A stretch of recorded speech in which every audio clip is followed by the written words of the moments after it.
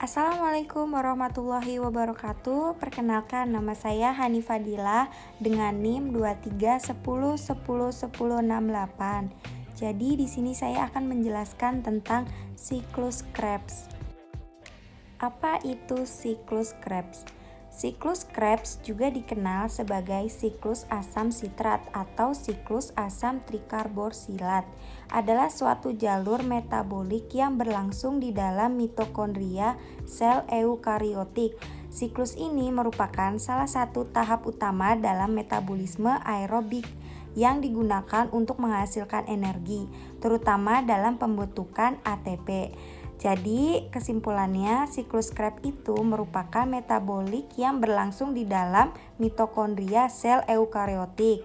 Siklus ini juga merupakan tahap utama dalam metabolisme aerobik yang digunakan untuk menghasilkan energi, terutama dalam bentuk ATP. Tahapan dari siklus Krebs. Yang pertama itu asetil-CoA memasuki siklus. Molekul asetil-CoA yang dihasilkan dari degradasi asam lemak atau glukosa memasuki siklus Krebs. 2. Penggabungan dengan oksaloasetat. Asetil-CoA bergabung dengan oksaloasetat untuk membentuk asam sitrat. Ketiga, perubahan molekul.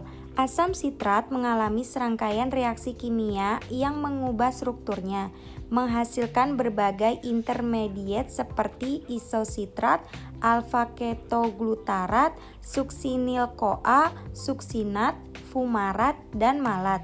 4. Reaksi redoks. Beberapa tahapan siklus melibatkan reaksi redoks yang menghasilkan molekul yang dapat digunakan dalam rantai transport elektron. Dan yang terakhir, yang kelima, yaitu pembebasan CoA dan CO2.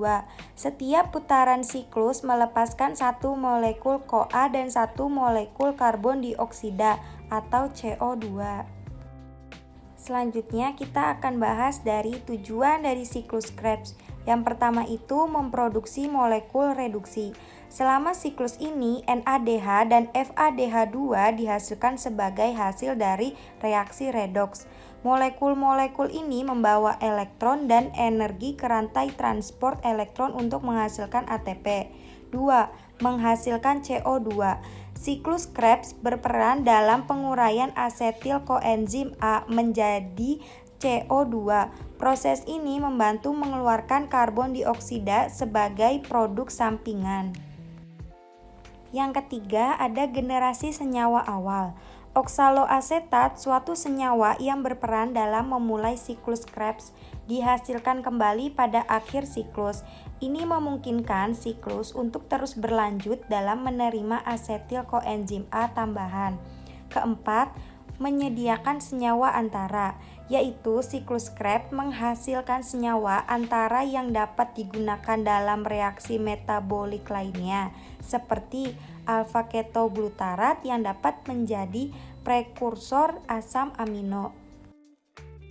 Oke, terakhir saya mau kasih tahu tips ngapalin siklus Krebs yang gampang dengan nyanyian ini. Oke, kita mulai. Asetil-CoA sitrat, isositrat, NADH, ketoglutarat, NADH, suksinil ATP, suksinat FADH, fumarat, malat, NADH, oksaloasetat. Jadi guys, pokoknya ingat aja kalau NADH pasti ada temennya si NAD+. Terus ATP temennya ADP+, mirip-mirip gitu kan. Kalau FADH2 temennya FAD. Oke, sekian dari saya, kurang lebihnya mohon maaf. Wassalamualaikum warahmatullahi wabarakatuh.